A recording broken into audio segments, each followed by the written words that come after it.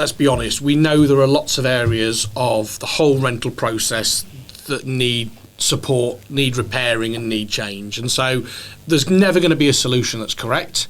And anything that comes out of that, I think there'll be arguments for and against. I mean, probably the biggest one, and I'll only quickly mention it, which because I think it has been widely publicised in the news, has been repealing what's called Section 21, which is called a no-fault eviction. So that gives landlords the comfort that if they have a change in circumstances or if they want to recover the property, they have a route in order to do that without necessarily having to go to court and serve what's called a Section 8 agreement.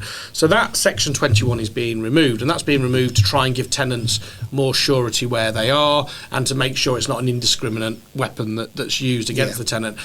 I think a lot of us would agree from agencies, and seeing landlords don't want tenants not paying their rent. Absolutely. So they're not going to kick tenants out without a justified reason. Yeah.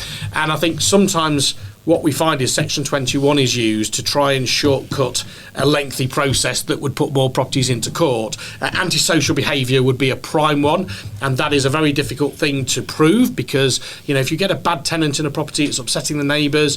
At this moment in time, you need the police to have been heavily involved. You need it to have gone the next stage to actually get anywhere. The government have indicated that they are going to resolve this issue. They're going to make antisocial behaviour an easier thing to deal with. They make the benchmark lower. But that still will rely on serving a Section 8. They're going to make it a 2-week notice period, but that still will rely on going through the court process. And as many of us know, it can take 6 months in some areas in order just to get to court. So what happens in that 6 to 8 months? Whereas what a landlord would do at the moment is serve a Section 21, the tenant would leave. And so the actual reasons why Section 21 are used hasn't necessarily, isn't always apparent. Yeah. But very often, if you've got an antisocial tenant or a tenant that's causing damage, the route of Section 21 would be your normal area. Now you've got a different process that you've got to go to.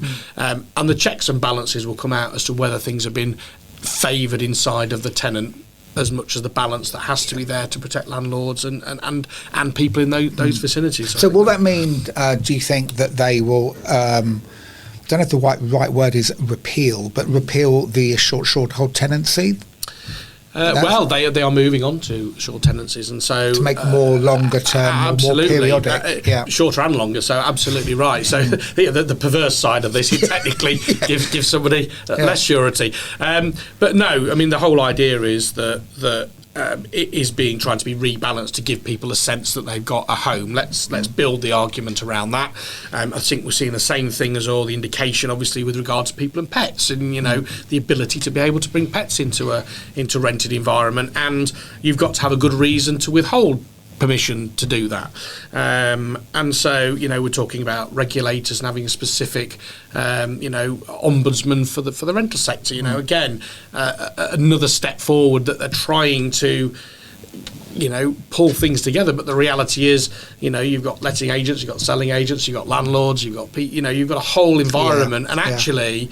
The cross permutation, if you're really going to be bold, you would do it in one complete hit. Really, that's what you do. But I'm not going to decry what's been done, because I think at the end of the day they're trying to do something, and I'd rather something than nothing. It's never going to be perfect. You're watching The Property Cast, powered by the award-winning Total Landlord Insurance.